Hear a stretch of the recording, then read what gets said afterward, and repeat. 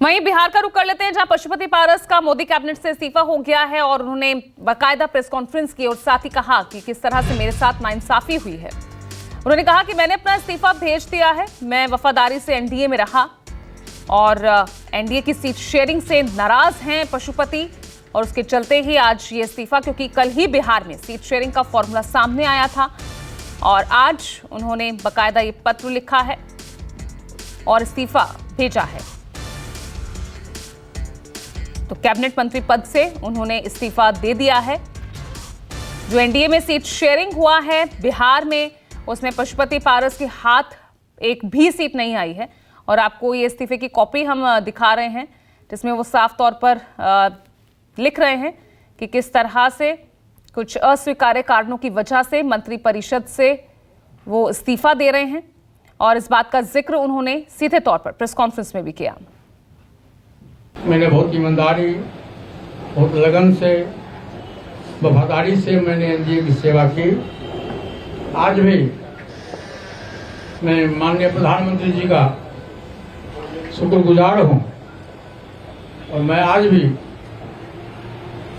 वो देश के नेता हैं, बड़े नेता हैं, लेकिन हमारी पार्टी के साथ और व्यक्तिगत रूप से हमारे साथ नाइंसाफी हुई, इसलिए मैं भारत सरकार के कैबिनेट मंत्री से मैं त्याग पत्र देता हूं।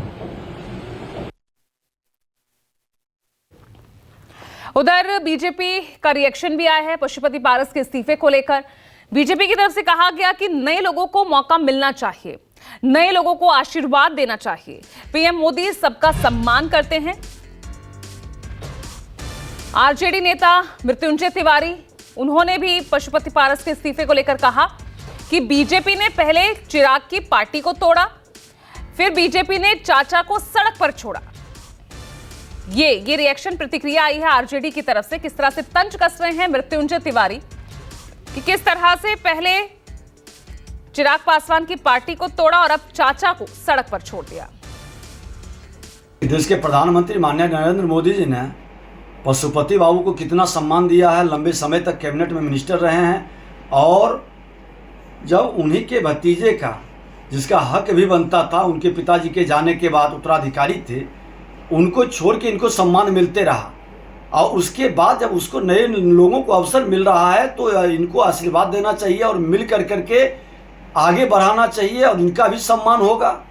देश के प्रधानमंत्री नरेंद्र मोदी जी पुराने का भी स्वागत करते हैं, नए का भी अभिनंदन करते हैं, पुराने को सम्मान भी देते हैं। जो व्यक्ति अपने लीड से हटेंगे, डूबती हुई नाव में बैठेंगे, तो वो भी अपना भविष्य जानते हैं कि क्या होगा।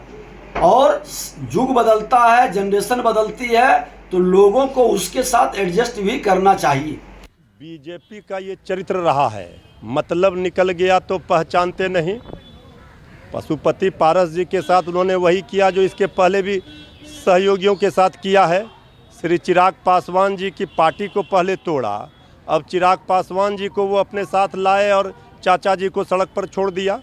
कल ही जब सीट बंटवारे में उनको नहीं दिया सीटिंग 5 एमपी के एक भी सीट, तो उसी से अंदाज़ा लग गया था कि अब पशुपति पारस जी को बाहर का रास्ता दिखा दिया गया। अब पशुपति पारस जी क्या करते हैं, क्या फैसला लेते हैं, उनका अगला कदम क्या होगा वो जाने।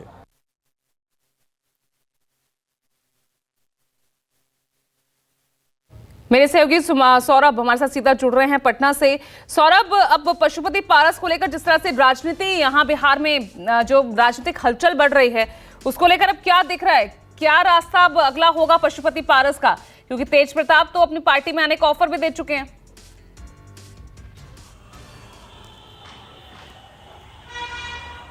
जी बिल्कुल, तेज प्रताप के से पहले भी आरजेडी के कई नेता थे जिन्होंने पशुपति पारस को ऑफर दे दिया था और उन्होंने कहा था कि महागठबंधन और इंडिया गठबंधन में पशुपति पारस का वो स्वागत करेंगे।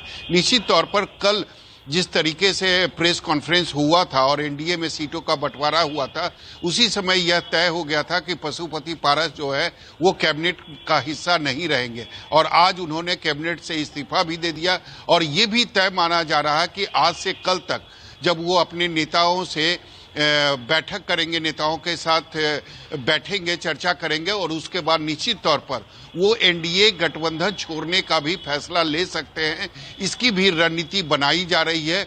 अपने लोगों से पशुपति पारस जो हैं वो लगातार संपर्क में हैं और हो सकता है कि कल तक पशुपति पारस पटना आएंगे और उसके बाद वो कोर कमेटी की बैठक करेंगे और उसके बाद ये हो सकता है कि वो एनडीए भी छोड़ सकते हैं। तो ये बड़ा फैसला पशुपति पारस के तरफ से लिया जा सकता है, क्योंकि ये बहुत बड़ा एक तरीके से कहे तो पशुपति पारस और उनकी पार्टी के लिए शौक है कि बीजेपी ने उनको एक भी सीट नहीं दी है। निश्चित तौर पर उनके साथ अगर अभी भी देखें तो 3 जो मौजूदा एमपी हैं उनके साथ हैं, चाहे चंदन सिंह हो, प्रिंस राज हो या खुद पशुपति पारस भी हाजीपुर के सांसद हैं। तो अगर वो चुनाव नहीं भी लड़ते हैं, अगर बीजेपी उनको दूसरे जगह भी एडजस्ट करती है, उसके अलावा भी उनके पास 2 सांसद है, तो निश्चित तौर पर एक भी सीट अगर नहीं मिला है, सौरभ देखना होगा, यानी कल तक जो तस्वीर है पशुपति पारस की वो भी क्लियर हो जाएगी। बहुत बहुत शुक्रिया इस तमाम जानकारी के लिए। एक छोटे से ब्रेक के लिए रुक रहे हैं, देखते रहेगा न्यूज़ 24।